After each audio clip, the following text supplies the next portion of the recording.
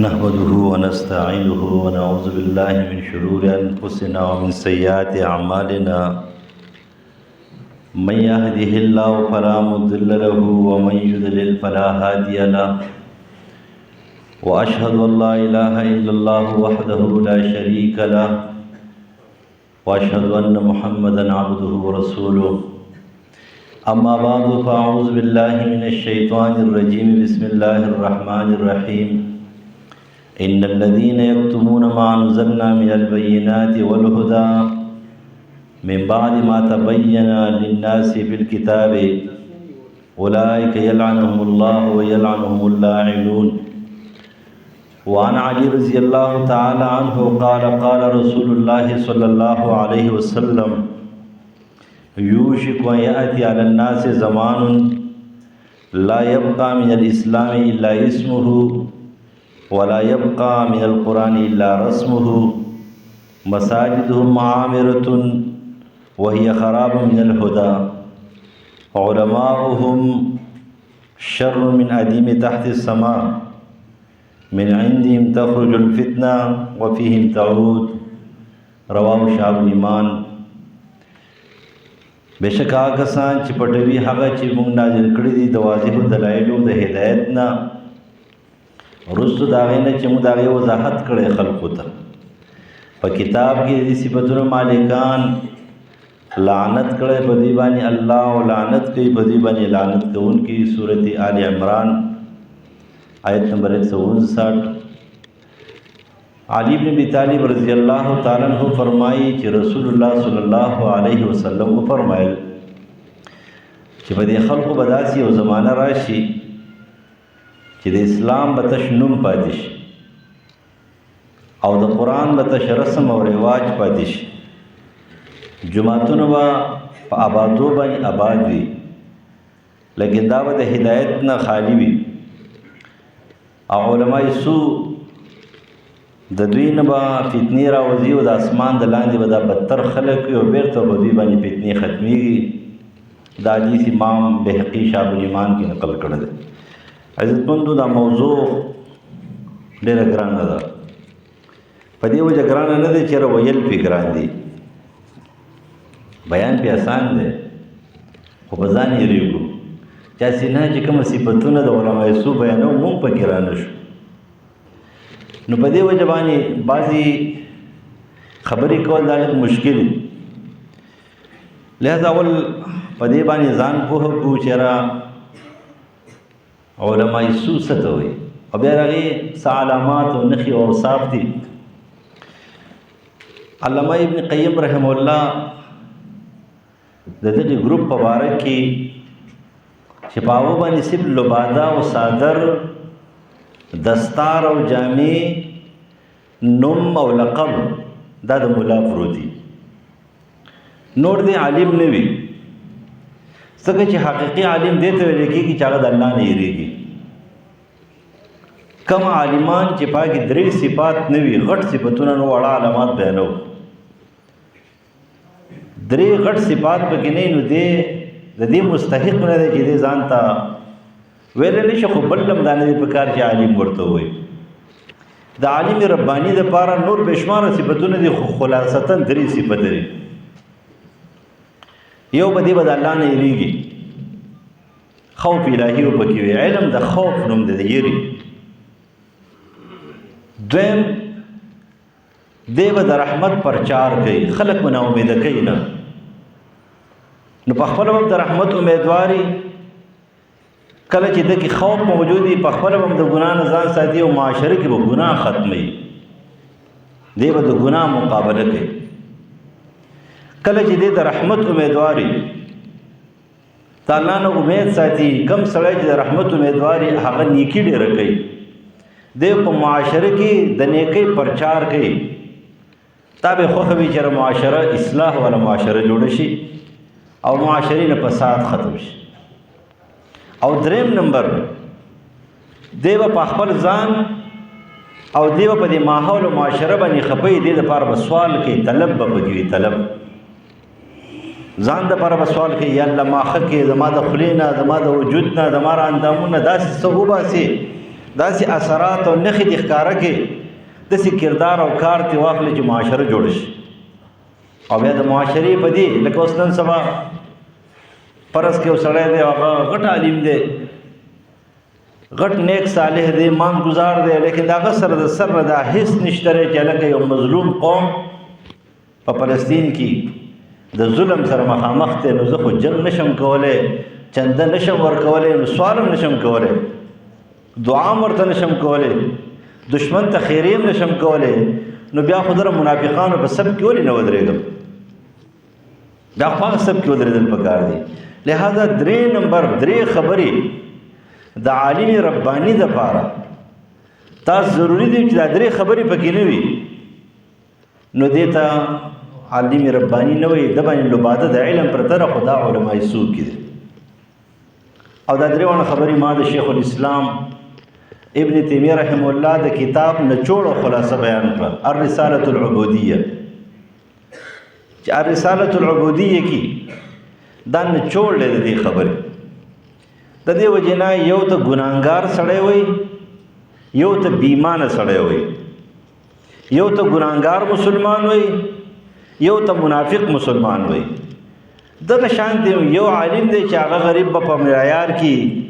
د نیکو په معیار کې به کمی لیکن د معاشرې د اصلاح لپاره به کوشش کوي ټیک خبره به کوي غلطه به نه کوي دې ته ګناهګار مولا وي دې ته ګناهګار مسلمان وي. یو داسې دی چې هغه د هغه خپل خواهشات دي د خواهشاتو لپاره به سرتو بدل کوي بنیادونه به د اسلام ختموي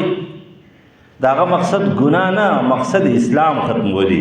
انفرادي عمل نه وي د علماء سوء کار اجتماعي عمل ختمولی اجتماعیت ختمولی. د دې وجې نه یو ته علماء سوء وي چې هغې دا صفات یو ګناهګار مولا وي لکه موږ ګناهګار یو معصوم خو نه یو نه محفوظ یو نه معصوم یو 15مې صدۍ پیداوار یو کمزور یو لیکن پرچار د حق کو د حق په مخالفت کې د چا خبره نه منو د حق مخالفت پکو سوچ د حق مخالفت کې داغه مخالفت پکو د حق مخالفت کې چا خبره نه منو خو که پرس که مونږ د حق مخالفت کې مونږ داغه خبره منو نو بیا دا علماء سوء دي. تدې علامه ابن قیم رحمه الله خپل کتاب اعلام الموقعین کې یو مزدار خبره د دې خلکو مبارکي کړې ده چې د علماء سوء چې د یهودو صفت پکې موجود دي خپل خواهش مخکې کوي خپل شهرت مخکې کوي خپل غرض نفسانی مخکې کوي خپل دنیوي اغراض پوره کولو دپاره هغوی په دین کې ګډ وډ خلط ملت کوي د دې خلکو مبارک وي چې دا څه دي دا هغه ډله ده چې دا اساسو خراب الامة الاسلامیه د امت اسلامی د بنیادونو دورانولو دپاره بدترین خلک هم دغه دی. همیشه دپاره د اسلامی سیاست د اسلام د امت بنیادونه چې ختم کړي دا دې خلکو ختم کړي دي هغه خلکو ختم کړي چې کوم دا علماء سوء نوم پې موجود دی. او بیا د هغې یو مثال یې پیش کړی دی چې مثال د علماء سوء څه دی وایي دا جلساون علی ابواب الجنت وایي د دې مثال دی چې جنت په دروازو کې دا ناس خلک دی ځکه چې خو خامخا نوم پې پروت دی یدعون الناس باقوالهم ويدعون الى النار باعمالهم چې کله کله خلکو د ښې خبرې کوي لیکن د هغوی کردار دومره بدتر وي چې خلک جهنم ته ځي کوي د هغوی اعمال د هغوی کردار دومره بدتر وي. نو د دې وجې نه دا د یهودو په رنګ کې چې رنګ کړی شوي خلک وي دغې ته علماء سوء وي. د هغې مختلف اوصاف دي ډېر اوصاف علماو نقل کړي دي زه مختصر د هغې نه یو ویمه. نمبر 1 صفت دا دی د دې علماو نښه داره بنیادي نښه چې دوی ماخذ فقط عقل او فهم دی خپل عقل او فهم چې کوم دی د قرآن او د حدیث تابع کوي نه قرآن او حدیث ته خپل عقل تابع کوي لکه معتزله خوارج جهمیه یا نور داسې فرقې ضاله ګمراه فرقې چې مخکې وي یا په دې زمانه کې چې کومه پرویزیان دي دا 1 نمبر فټ قوم دی د دې دپاره. پرویزیان چې کومه دی دا کومه د منکر حدیث چې څومره دي دا منکر حدیث چې څومره خلق دی دا ورته خپل عقل خراب کړی دی. خپل عقل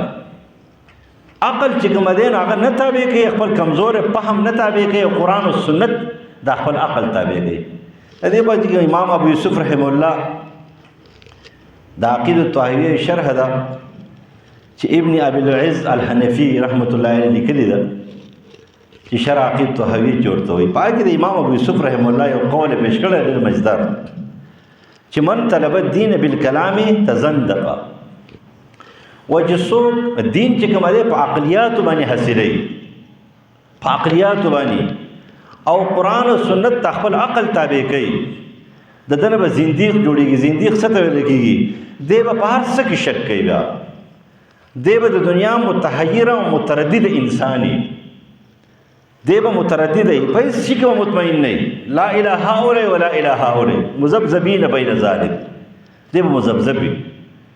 نو امام ابو یوسف رحمت الله علیه فرمایي چې څوک د عقل باندې دین حاصلوي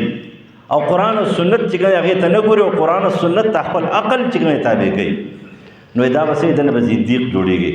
دنه به منکر حدیث جوړېږي، د دنه به چې کوم دی پرویزی جوړېږي، د دنه به قادیانی جوړېږي، د دنه معتزلي او خوارج به جوړېږي. کله به د نزول د عیسی علیه السلام نه انکار کوي، کله به د دجال د راتلو نه انکار کوي، کله به د عذاب قبر نه فل جمله نه بلکې مکمل انکار کوي، د هغې نه به انکار کوي. کله به یو شی نه مني، کله بل شی نه مني. او بیا مو جملې پسې ویلې ده چې من طلب المال بالکیمیا افلس، و چې دی په کیمیاګرۍ پسې ورپسې شي او دا مال او دنیا پې ګټل غواړي او دی سونه چې کومه دی نو دا سړی په کیمیا باندې جوړوي، نو دی به ښه غریب چې دا خبره 100% صحیح ده. چې کومه خلکو چې کومه دی کیمیاګري کوله او دا وایي په ذهن دا و چې سونه کاني شی نه دی، سونه کاني شی دی. که سونه چې کومه دی کاني نه وي او دا په کارخانه کې جوړېدلې د کیمیا په ذریعه باندې، نو د ټولو نه مخکې به چین چې کومه دی نو هغه هر شی جوړوي که نه دا به جوړ کړي. د دې وجې ستاسو په نظر کې به په ډېرو علاقو کې ښه جید عالمان، مونږ په تخبایي کې سبق وایو، نو هلته یو قندهار بابا به ورته مونږ وایو ډېر بزرګ ولي الله انسان الله دې وخت، ځکه چې سپین ږیری و که نه، په هغه وخت کې د هغه 80-85 سال عمر و. په 80-85 سال په عمر کې مونږ 2 طالبانو علمي میراث هم وایو. خو دې قندهار بابا زمونږ کپړې دا به هغه ایزلې، مونږ به ورته منت وکړو که نه نو هغه په ژړا شو. او لکه زما نه علم هېر شوی دی، نو الله تعالی ته به زه دا درخواست کوم چې پروردګار زما نه علم هېر شوی دی، خو یو 2 طالبانو خدمت مې کړی دی. دا طالبان دا خدمت چې دی که نه دا ډېر بیا مرتبه لري. نو یو 2 طالبانو خدمت مې کړی، تاسو اوس ما ولې چې کومه دی نه غر کوئ. خو هغه څو ما ته به ویل پلانکیه وایي ستا هره خبره منمه، خو دا یوه خبره دې نه منم چې ته ما ته وایې چې دا سونه کاني شی دی. نو ما ورته چې زه ټیک ته بابا دا خو ته صحیح وې، ستا خبره ما ومنله، خو څو کاله تا دا تجربې وکړې؟ یاره 50 کاله خو به کېږي. ما له په دې 50 کالو کې تا یو توله سونه چېرته جوړ کړي؟ نه یې دې جوړ کړي که نه؟ ویل چا نه مې دي جوړ کړي. نو ما ورته ویله چې بلکل ټیک خبره چې من طلب المال بالکیمیا نو افلسه، یو روپۍ در سره نشته دی چې څه پیدا کړې په دغه ډوګو باندې ختمې، دا ډوګي دی بل کار دی نشته. او درېیمه خبره یې کړې ده ډېره اهمه خبره چې دا نن سبا په دې سوشل میډیا باندې دا موضوعي رواج ډېر نقل کېږي. داسې عجیبه غوندې حدیث به پیش شي چې یو غټ شیخ صاحب یې هغه له تپوس وکړي، هغه قریب چې ما ته خو پته هم نشته دی. دا یاد ساتئ ګورئ په کتابونو کې هر څه شته. دا کتابونه نه دي، که دا د حدیثو کتابونه دي، که دا تفسیر کتابونه دي، که دا تاریخ کتابونه دي، په دې کې هر څه شته. قرآن مجید هغه د هر قسم عیب نه پاک دی، د هر قسم تحریف نه پاک دی، د رد و بدل او د تغییر نه پاک دی. لیکن دا چې څومره د حدیثو کتابونه دي په دې کې به چا کله د انسان خبرې अब दगा खपला खबर है बाज़ी किताबों की बड़ी मौजूद रवायत पे पगी बाज़ी की बदासी नाशना रवायत ही चागबा दिरायत और रवायत द्वाना न मनी वदी के हर सीधा बतले کوم چې صحیح الکتب دي دغه صحیح روایت دي مسند خو په خپل ځای دي خو لیکن چې کوم کتابونه دي اوبه ته ګوره هر خبره ودای نه نقل کې لکه اوس فرض کې احیاء العلوم دي اوچت عظیم کتاب دی امام غزالی رحمت الله علیه ډیر نیک صالح انسان دی ډیر بزرگ ولی الله دی تاسو په دغه کله هغه وفات کېدو نو امام بخاری دا کتاب چې صحیح بخاری دا دغه پسینه باندې پرته چې وفات کېدو کنه نو هغه کتاب چې کتو بس د کتاب سره وفات شوی نیک صالح دی لیکن ته جو غزالی امام غزالی احیاء العلوم ګوري دا غینه به تحقیق حدیث نه نقل کې داغي حدیث او تحقیق به کې ځکه هغه اصل کې صوفي عالم دی غټ عالم دی جید عالم دی لیکن په کتاب کې موضوع روایت دي د دې وجه نه به تتلې بیا به نقل کې ته هر کتاب هر خبره ګوري به نقل کې نو داغي مبارک امام ابو یوسف فرمایي ومن طلب غریب الحديث وجه سړی په دې ناشنا خبرو په سر بسې شي چېرې د خلکو د داسې خبره کومه چې هغه بالکل ناشنا وي اشنا خبرې کوي ناشنا نه اشنا خبرې کوي نو دې وجه ناشنا خبرې کومه نو کله موضوع حدیث پیش کی کله دروغ قصې پیش کی نو د سویلا د دروغ په باب کې کومه نه اخته شو د دروغ جن شو د دې وجه اصل خبردار چې د علماء سو بنیادی صفت دار چې دی قرآن او سنت د عقل تابع کوي او ډېر خلک داسې چې تاسو کتلی دي کله چې دوی په خپل حدیثو کې عقلیات شروع کړي د هغې نه غامیدي جوړېږي کله چې هغه دا شی شروع کړي داسې نور بې شماره خلک دي هغه دي جوړ شوي دي دا پرویزیت ته چې تللی دي دا خو د چا نه تللی دا خو د اهل سنت والجماعت نه تللی دي دا ولې تللی دي په دوی باندې خپل عقل غالب شوی دی خپل عقل او فهم دوی معیار ګرځولی دی او قرآن او سنت یې د هغې سره هغې تابع کړي دي دا بنیادی خبره ده اولنې صفت ده چې کوم خلکو هم دغه شان خبرې کولې کنه دا به خرابېږي انجام هم دغه ده چې دوی به ځي رکاوټ به جوړېږي دوی ته د توحید نه د ایمان نه دی بوځي دویم نمبر صفت یې دا ده چې د دوی علم او دعوت په دې کې رضای الهي نه وي قرآن او سنت کی دعوت لے کر اٹھو پوری دنیا پر چا جاؤ د رضای الهي دپاره دا وبکې نه د دوی هر کار د څه دپاره د دې دپاره د شهرت دپاره وي هغه به د دې دپاره چې ما د دنیوي فایده میلاو شي لکه حدیث کې راځي امام احمد ابن حنبل نقل کوي من تعلم علما یو سړی علم زده کوي یبتغي به وجه الله د دې دپاره نه زده کوي بلکې د څه دپاره زده کوي الا لیصیب به عرضا من الدنیا د دنیا د اغراض دپاره لګیا دی هر خبره د دنیا د اغراض لپاره تاسو ته پته نه مونږ چرته چندې چې کوو دا شیخ صاحب ناست دی که نه نو مونږ چندې داسې نه شو کولی چې پاس شو چې اول تقریر وکړو بیا چنده دا نه شو کولی بلکل نه شو کولی دا ډېر ګران کار دی ځکه چې هلته پکې مخې ته غرض راشي بس سړی اگر که غرض غلط نه دی هغه ځان له یو ښه سبب دی یو ښه ذریعه ده یو ښه کار دی لیکن د دوی ټول کار د دوی ټول دعوت کتاب لیکل دا د دنیوي اغراض لپاره دي کې رضای الهي مقصود نه وي دا دویم نمبر صفت دی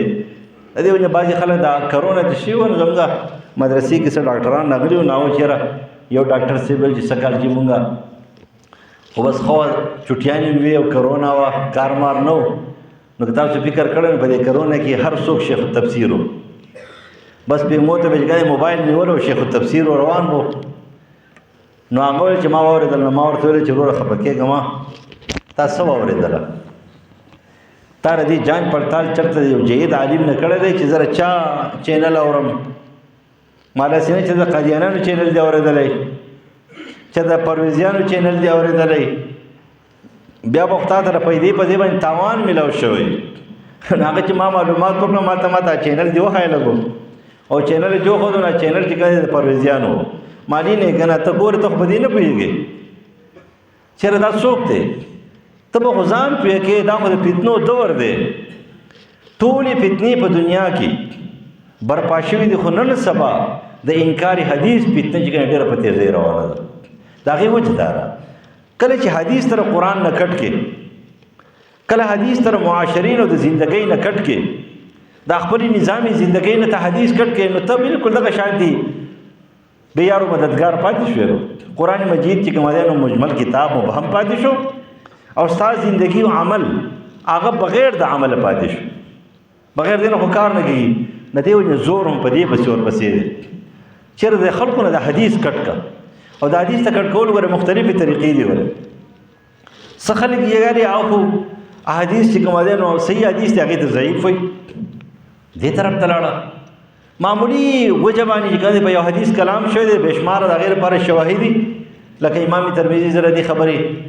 د چا ډېر غټ غټ خلک دي هغوی تخریجات کړي دي، هغوی څه زما په دې نه لګي، هغوی مرتبې ته رسېدل زموږ هېڅ هم نه دي، موږ نه شو رسېدی هغې ته، خو زما ورسره نه لګي. ولې غلط کار کړی دی؟ امام ترمذي یو باب قایم کړی دی، تا لیکلی دی حدیث صحیح دی او بیا دې بل کتاب لیکلی دا ضعیف دی. د خلکو په ذهن کې دا واچوله چې دا حدیث ضعیف دی، قابل نقل نه دی. او هلته امام ترمذي باب قایم کړی دی چې باب فلان، هلته حدیث کمزور راغلی، لاندې اوس فی الباب عن فلان عن فلان عن فلان شواهد راوړي دي.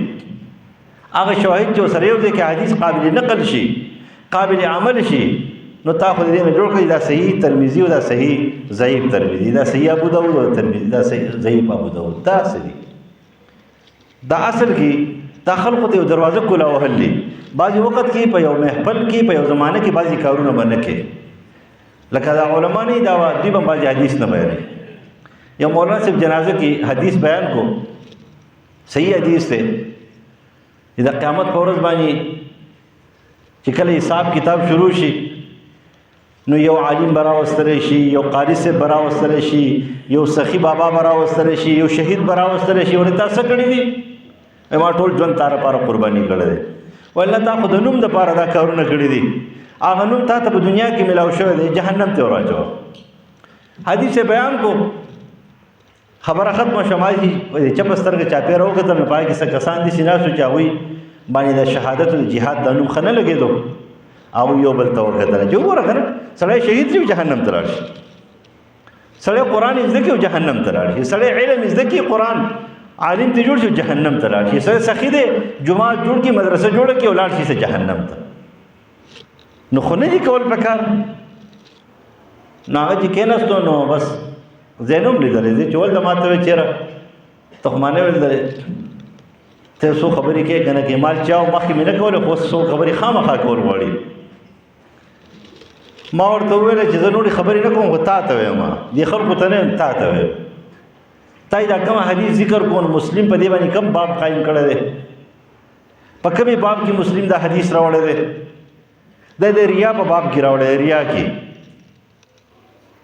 ریا د ریا ذم بیانوي، د علم ذم نه بیانوي، د شهادت ذم نه بیانوي، د سخاوت ذم نه بیانوي، د قرات او د قاری صاحب ذم نه بیانوي، د ریاکارۍ ذم بیانوي. نو ته ولګېدلی او تا د ریاکارۍ په ځای باندې د عالم ذم بیان کو، د شهید ذم دی بیان کو، او هغه دې پرېښودلو بیان دې ونه کړو چې دې څه مقصد دی. دا مقصد دی چې ریاکاري دومره مضموم بیماری ده چې د دنیا دومره غټې خبرې، سخي ډېره غټه خبره ده، سخاوت علم او عالم ډېر اوچته خبره ده، قرآن او قرات او قاری صاحب ډېر اوچته خبره ده، او شهادت خو ډېره اوچته مرتبه ده. دا ورته نشي ټینګېدی. نو ما ورته به دسه ټینګ شو، ستا عمل به دسه ټینګ شي او زما عمل به دسه ټینګ شي. ما داسې ووایه.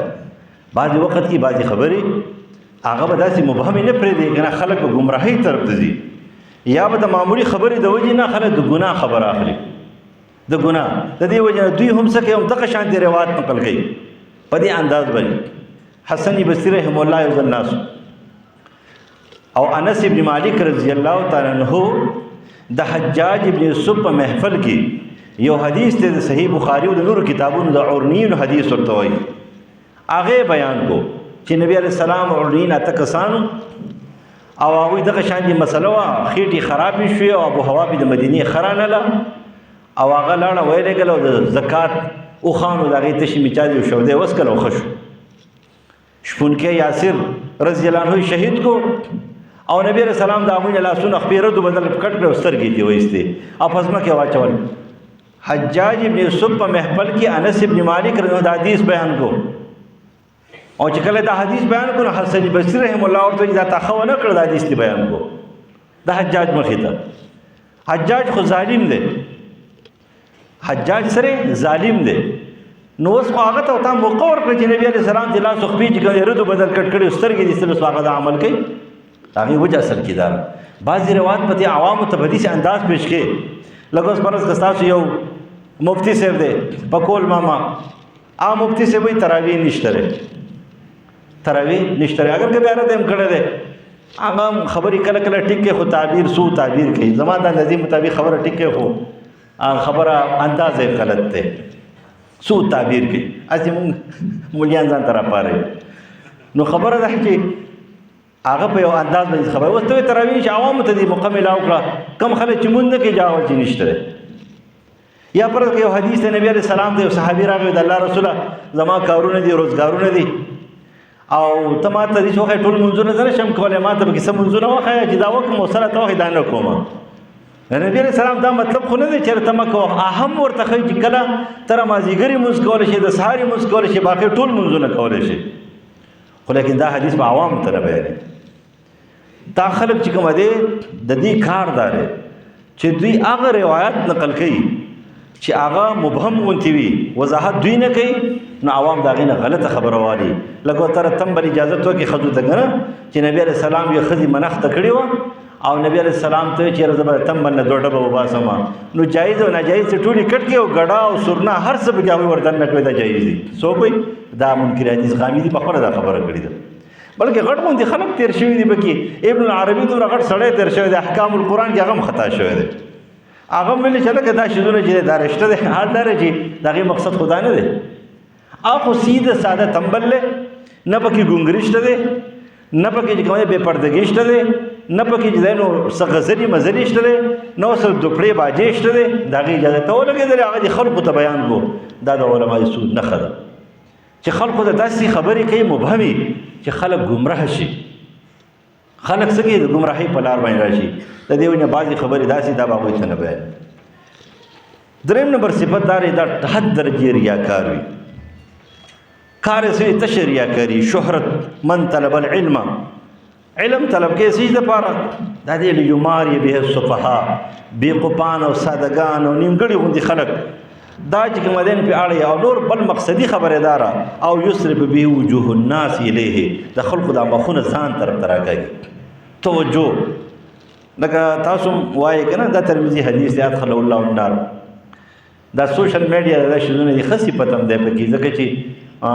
غلط خلک لګیا دي غلط کارونه کوي ته صحیح کار کوي نو اکثر دا مولیان حضرات شو موږ ټول داسې یو هلکه تاسو چې ورته وایي څومره کسانو دا واورېدلو څومره شیر کو څومره لایک کو څومره نو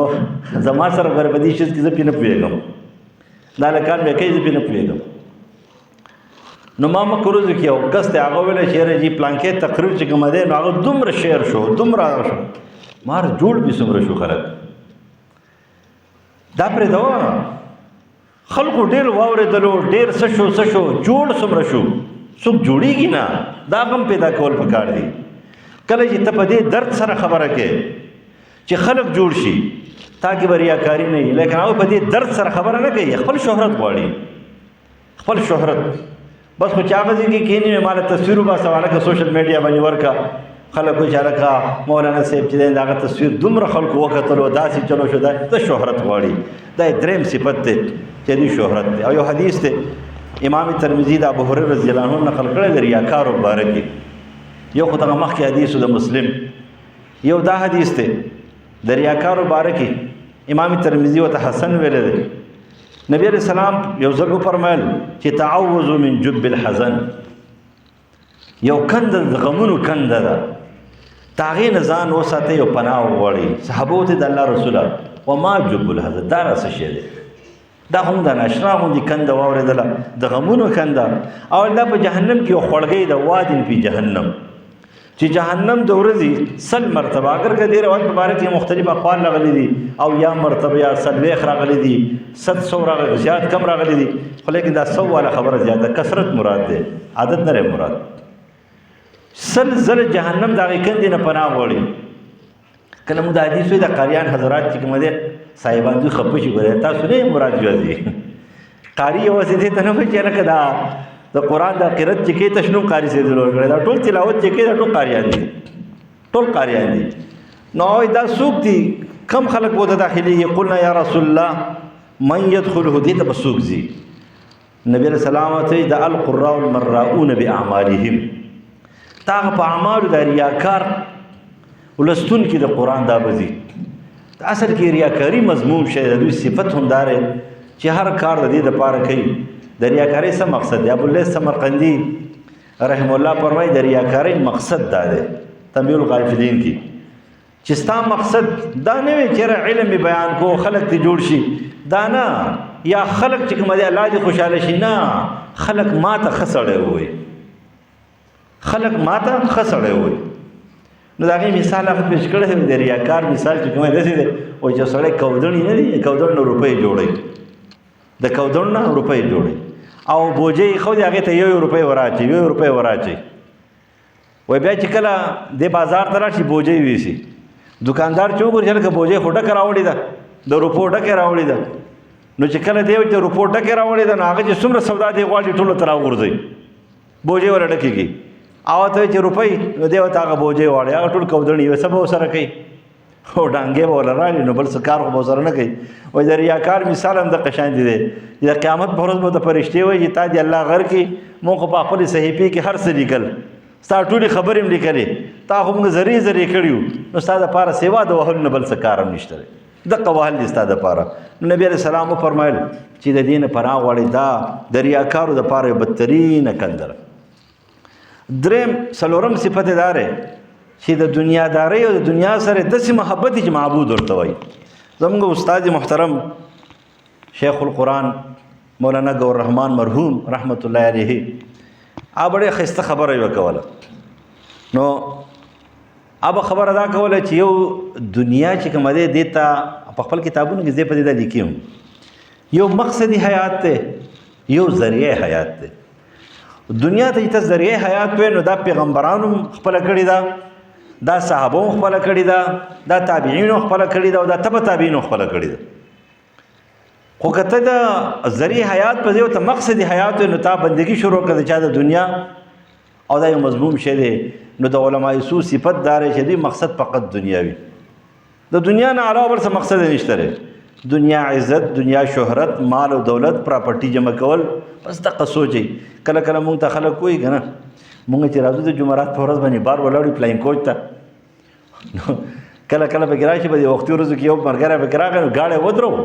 خپل ملګری دی که نه، نو وایي یاره نه مړم پکې. نو ما چې مه مړم پکې، وایي ولې یم پکې ویسمه، تاسو ځان له ګاډی ولې نه اخلئ؟ نو ما ورته ویل چې وایي زوی ته راله بېزې راکړه چې ولې دي که نه نو په څه باندې واخلو؟ ته چې کومه دی نو ته روپۍ نه راکړې، نو وایي چې نه مړم پکې، ځکه تاسو چې دی ځان منډه تړل شروع کړئ نو ما د کتابونو سره منډې تړلې نه کېږي. یا به طالبانو ته سبق وې او یا به دیاړي مزدوري کې، دواړه کارونه ډېر ګران کار دی. شیخ صاحب ناست ته پته نه کېږي. ما زموږ د شیخانو دیاړي مزدوري نه کوله، سبقونه یې ویله، بس یا به سبقونه یا به دغه یي، بس پرېږده ستا ګاډی نه بل ګاډی به اوس راشي. ما ستا ګاډی د 12 لکو روپو دی، اوس به د 50 لکو روپو ګاډی راشي، موږ پای کې لاړو، ستا نه موږ ښه شو.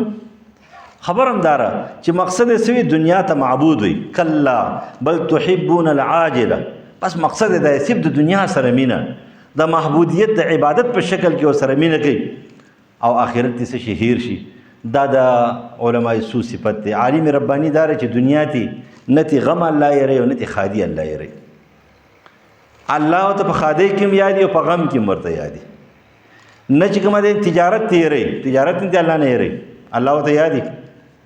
تاریخ بغداد خطیب بغدادي دی الله سم جل کې په ترجمه النعمان امام ابو حنیفه رحم الله باندې نقل کړي. حال لري چې خطیب بغدادي د دې خلکو په ذهن کې دا کومه علما چې تیر شوي دي مخکې او دوی اسماء الرجالو باندې په سړو بحث کړی دی یا په حدیثو بحث کړی دی، کله کله به د هغوی د زبان نه تیزه خبره لاړه شي، تنده خبره لاړه شي، د خلکو په ذهن کې دی دا مخالف دی، نه دا خبره غلطه. خلک زمونږ د حسن ظن مطابق او د دې کینې بغضون نه پاک وو، او چې چا ورته ویلي دا متشدد دی، پلانکې متشدد دی، پلانکې متشدد دی، دا د هغه د خپل ذهن مطابق خبره کړې ده. بعضې علما یې دغه لهجه نرمه وي، د بعضې سخته، بعضې په سختۍ کې حق پرست دي، بعضې په نرمۍ کې حق پرست دي، چا کې جلال زیات دي، چا کې جمال زیات دي. دا مطلب نه دی چې غلط دي، تاریخ بغداد خطیب بغدادي رحمت الله علیه بهترین سره دی. په 14 جلد باندې د امام ابو حنیفه رحمه الله دومره صفاتونه کړل. دا خبره هم یاد ساتئ، د امام ابو حنیفه رحمه الله په صفاتونو باندې شوافیو چې څومره کتابونه لیکلي دي په حناف نه دي لیکلي. جامع کتاب کی تذکرۃ النعمان علامه دمشقی لیکلی دی. ته به حیران شې وته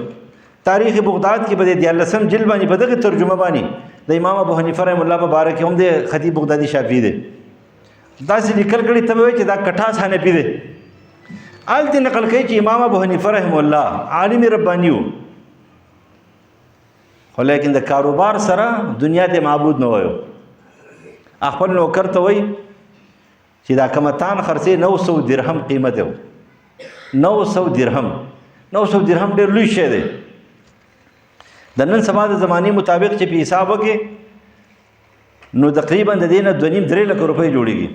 یو تان په 3 لک روپۍ. امام صاحب نوکر ته ویل چې په دې کې دننه عیب دی. دا عیب بیان کې خلکو دی چا باندې خرڅې عیب بیانې هغه تان خرڅ کو دا نه هیر شو. کله چې امام صاحب راغی نو ورته ویل چې هغه تان دي خرڅ کول چا او چې عیب دی بیان کړو زمانه هیر شو. امام صاحب سړی وګوره اوس تا ته مانه وي باقي عیب دی، خو چې کله سړی بیا نه موندلی شو نو ویل اوس څه وکړو؟ وایي دا 900 درهم د دې دوکان مخې ته ودرېږه چې څومره غریبانان راځي نو هغوی له ورکړه. کله چې سړی راغی تان به دې واخلې 900 درهم به له ورکړې. دې ته ویل کېږي عالم رباني دنیا ته معبود نه وي. دنیا وي نو هم ټیک ته او چې نه وي نو هم. د امام غزالي په احیاء العلوم کې د یو بزرګ یو حکایت نقل کوي. یو بزرګ دی هغه درس و تدریس کې نه عالم دی. پخواني بزرګان هغه محدثین هم وګڼه. اوس زموږ د دې زمانې بزرګان یې ټول لغړ ګرځي. عامه ورځو کې چې داسې قار سړی ورولي په دې موبایل کې یو شی دی لغړ دی په ځان یې خټ راښکودي ده څخه مخې دی زړې غوندې جامې اغوستې ما ته هندو ښکاري یا به عیسایي ځکه یې دغه شیدونه خو هغوی اغوندي. او یو ښه مفتي صاحب دی ښایسته تور پټکې والی دی سپینې ښایسته جامې دي چې کومه د بزرګۍ نښې دي هغې په ځان کې ښه پیدا کړي دي. او هغه ته ولاړ دی په ګاډي کې او د هغه تندی ښکلی او لاس یې ښکلی کمال پروردګاره. یا که دا لغړ ګرځي دا لیونی نو په لیونو څه کوې روغ خواله ورځه. او که دا روغي نو دا پرده نه کوي نو ولی الله څنګه شو؟ دې مون نه کوي نو دې ولی الله څنګه شو؟ دې صفایي نه کوي نو دې بزرګ څنګه شو؟ د بزرګ سره خو صفایي 1 نمبر اول نمبر شطر ایمان دی. دې زمانې هغه زمانې اولیاء الله هغه ډېر عظیم خلک وو. هغه مجاهدین او هغه علما او حق پرست فقها او مجتهدین او محدثین او مفسرین د خپل زمانې سخیانو. نن سبا تماته چې کوم یو نیک صالح ولی وخایه چې هغه چندې ورکوي. چندې چېرته ورکوي؟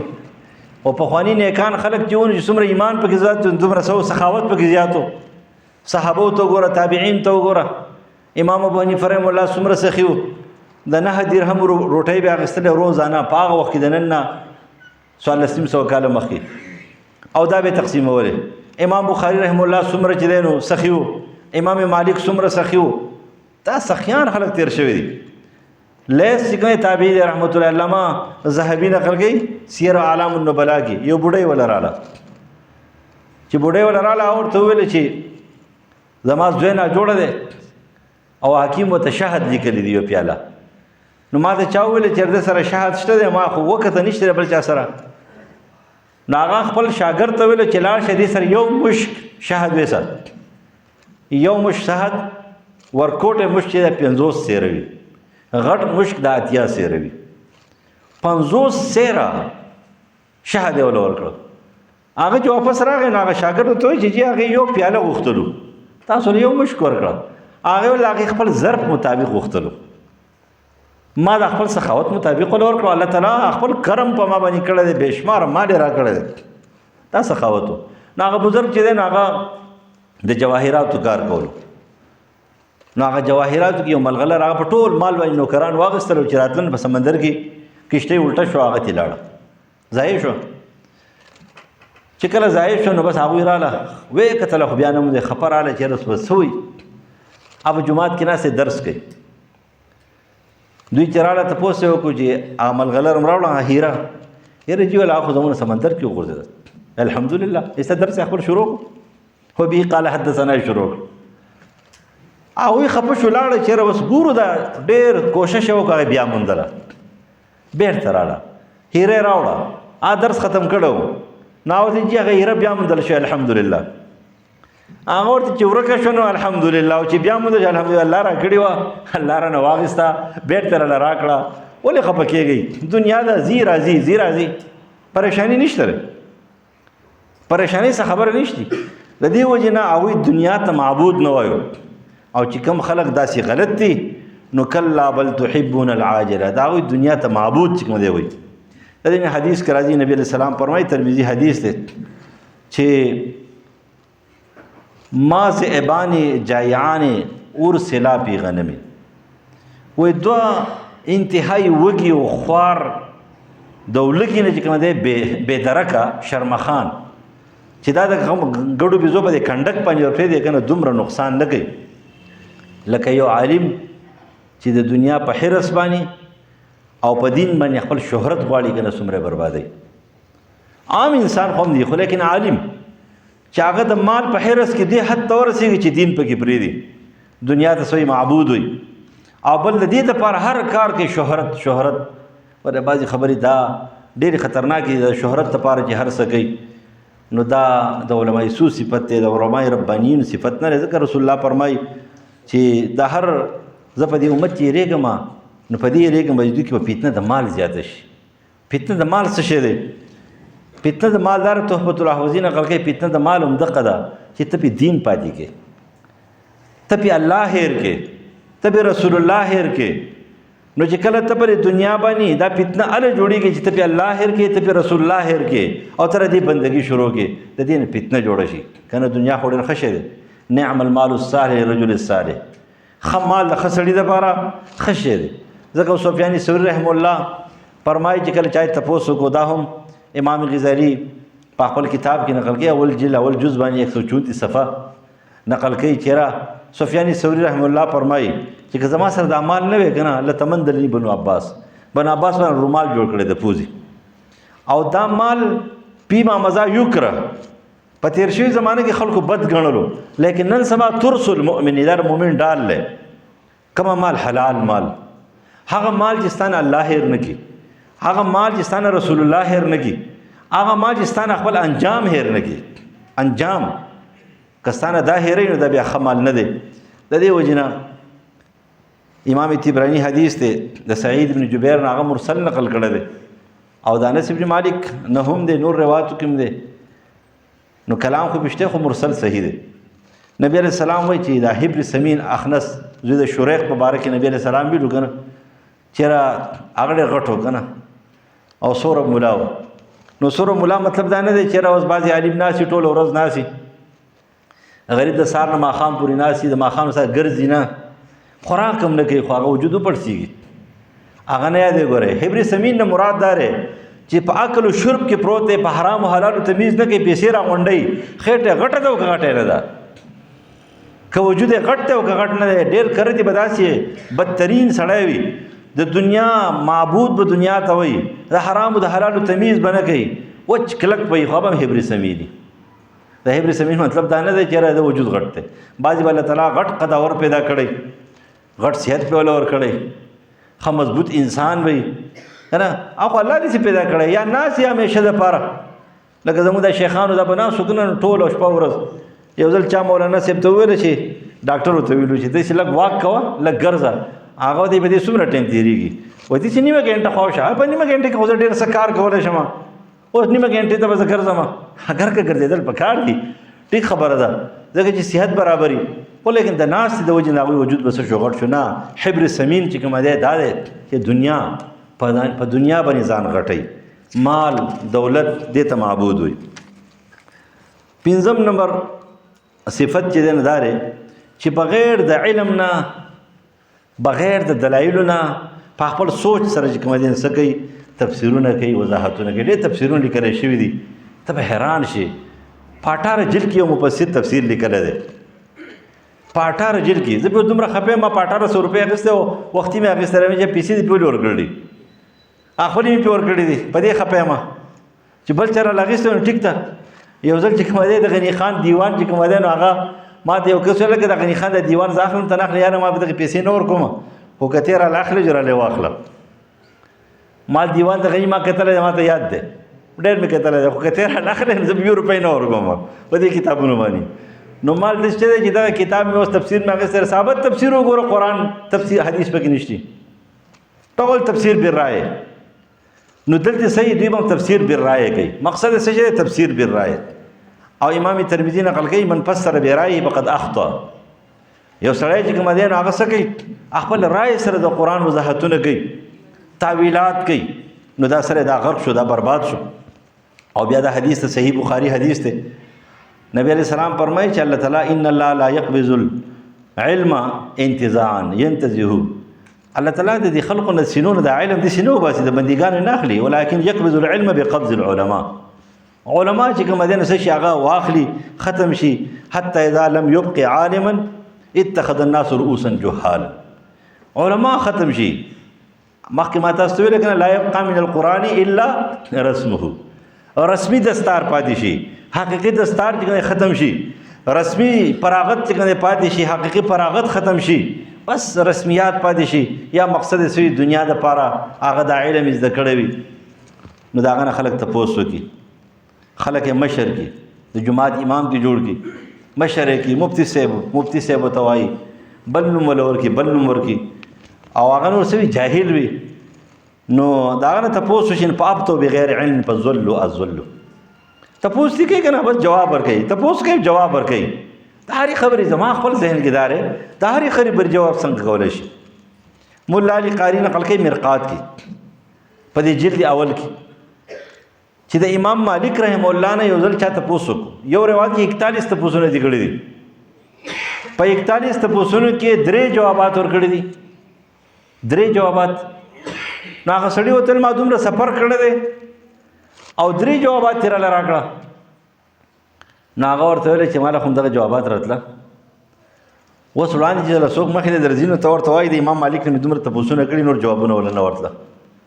ان من العلم لا ادري ولا ادري نصف العلم. ته وایي چې نه پوهېږم دا علم دی،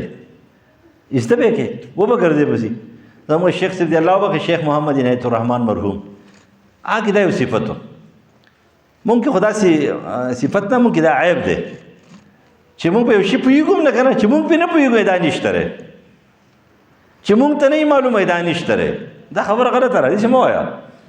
هغه به څه وویله، هغه نو چا تپوس وکړو د یو مسلې یا چېرته د حدیثو شاید نادر به تله، الله هغه ته حافظه ورکړې وه، خو چې کله به تپوس وکړو نو چې هغه به وویل نو هغه به جواب څنګه ورکړو؟ یاره دا مسله ما ته اوس مستحضره نه ده، دا مسله ما ته اوس حاضره نه ده، زه وبه ګورم کوه نو زه به تا ته چې شته او که نه، نو داسې به نه ویله چې نه به وناول دا نشتي، دا شته. خو چې کله به هغه ته پته نه و نو به ته دا ویله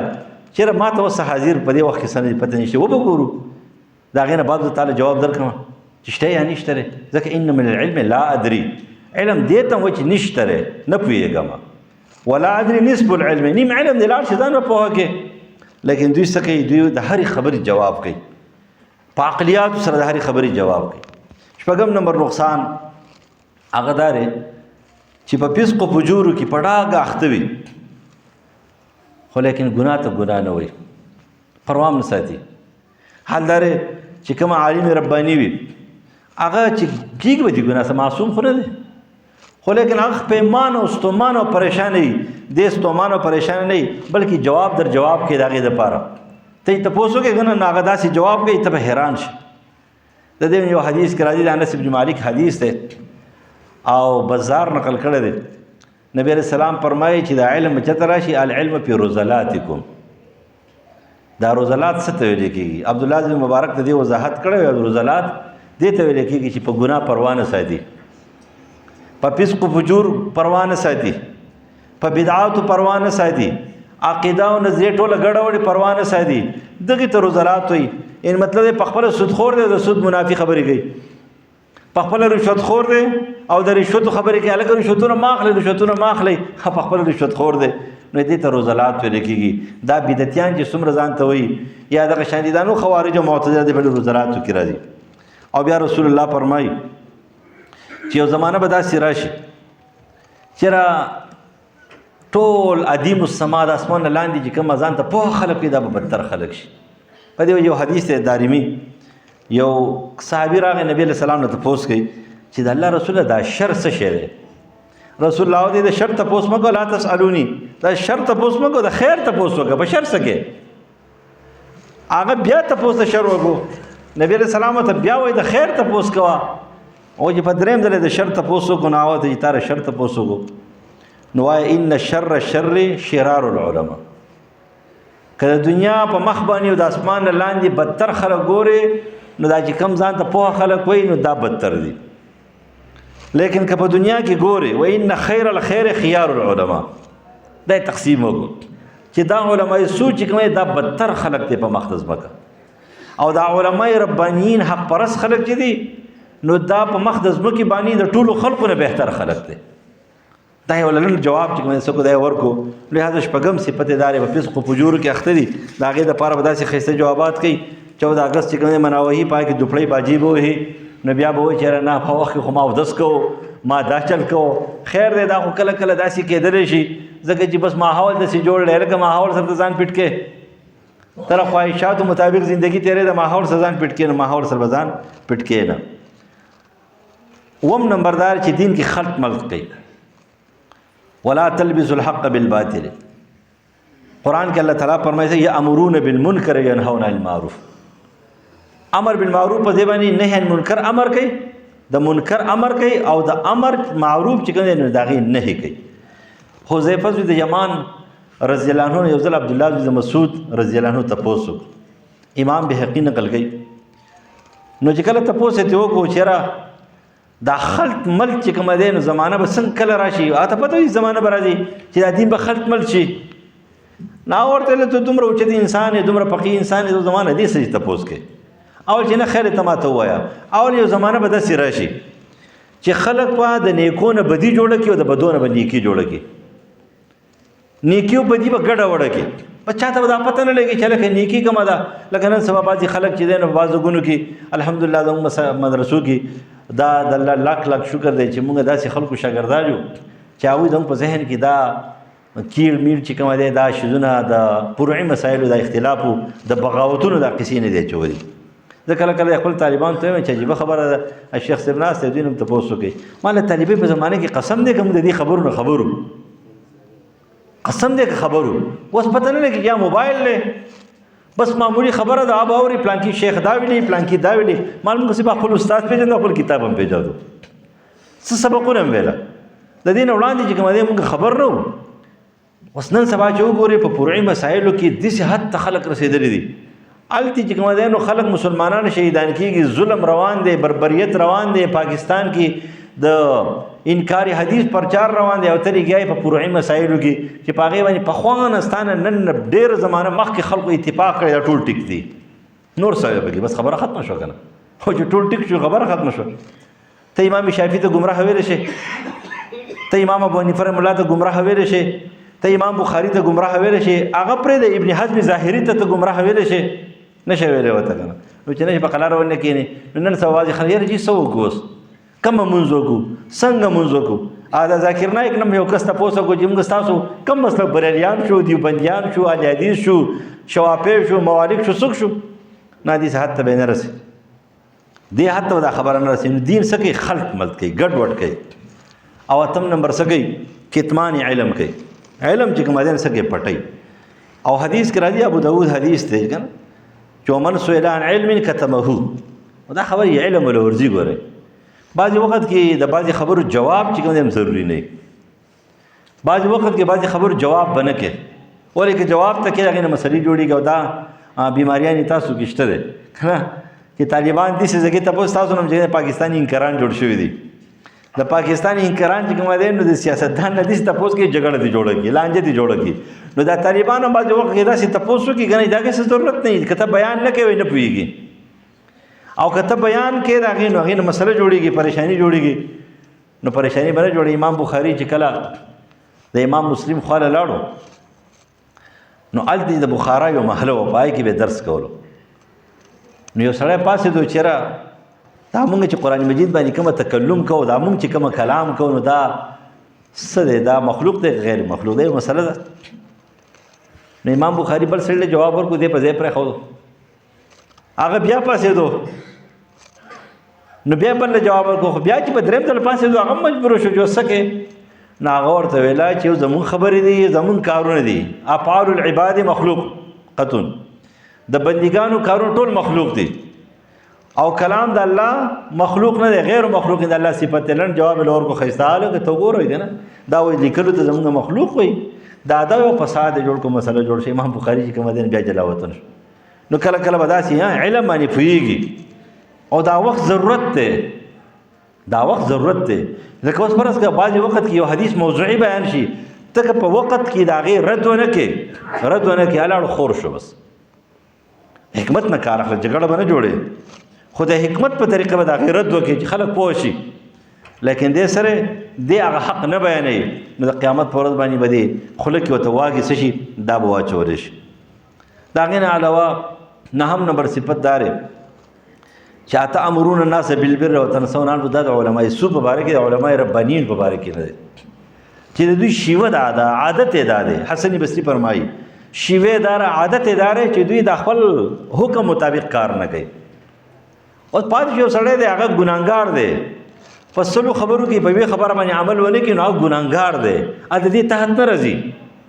د دې تحت هغه خلک دی د هغه عادت دارې شیوه داره چې څه وایي نو په هغې باندې عمل نه کوي نورو خلقو ته وایي نو د دې په باره کې امام بهقي بیا یو حدیث دی د حضرت معاویه رضی الله عنه نه چې اشد العذاب یوم القیامت د قیامت پر ورځ سخت عذاب د چا دی د هغې عالم دی چې هغه ته خپل علم فایده نه ورکوي خپل علم ته فایده نه ورکوي بیا د معراج واقع کې د دې چې خلکو مبارک دي چې را شونډې دي کټ کېدلې په قنچانو باندې دا څوک دي دا خلک دی چې خلکو ته ویلو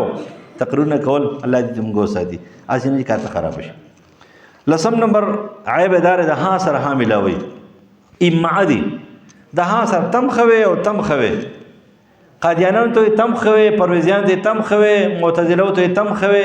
منکر حدیث ته تم خوي نه دی غلط وي او هغه خلک خوي نو دا پکې بل نقصان دی دوی سره امعه دي او بیا کله بیانې نو حدیث دروغ بیانې همیشه د پاره موضوعي روایت ډېر زیات بیانې چې رسول الله د هغې نه منع کړې ده چې اتقوا الحدیث عني د حدیث په بیانولو کې غټ احتیاط کوئ د کرو د کوټه چې کومه دی تمیز چې کومه دا کوئ نو د کرو د کوټه څه نه کوي تمیز نه کوي او یو لسم نمبر عیب دار اتباع الهوا فاما الذین فی قلوبهم زیغ فیتبعون ما تشابه منه بس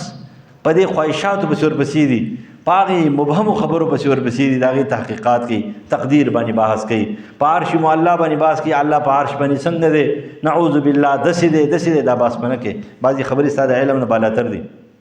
د دې وجې تاسو چې کله عقیدت طحاویه ګورئ که نه په هغې کې دا جمله ده چې کوم شی ستا د علم نه بالاتر دی او قرآن و سنت په هغې سکوت اختیار کړی دی ته به سکوت اختیارې هله به ستا ایمان بالغیب راځي او چې کله تا سکوت اختیار نه کړو ایمان بالغیب دې نه راځي ته به صحیح ملحد کېږې زندیق به درنه جوړېږي نو دې څه کوي دې کم کارونه چې د هغې وضاحت قرآن او حدیث نه دی کړی همدغه شانتې پرېښي دي ځکه د انسان عقل هغې ته نشي رسېدی په هغې باندې بحث کوي چې الله په عرش باندې څنګه دی قدم یې څنګه دی او صفات یې داسې دي نعوذ بالله نو کله تې مجسمه جوړ شي او کله تې مشبهه چې کومه دی نو دا جوړ شي او د ټول آخري خبره نور صفتونه ډېر دي خو آخري خبره داره چې د اعداء الله سره به یارانه دوستانه بس دا د ټول خطرناک عیب دی د الله د دشمنانو سره به یارانه دوستانه په منځ کې به سره لاړي یو طرف ته د الله دشمن ولاړي بل طرف د الله دشمن د به پټکې واري په منځ کې به ولاړي د باندې لبادر علم پرته خو لیکن د الله د دشمنانو الله دشمن څه ته وایي کافر ته وایي مشرک ته وایي منافق ته وایي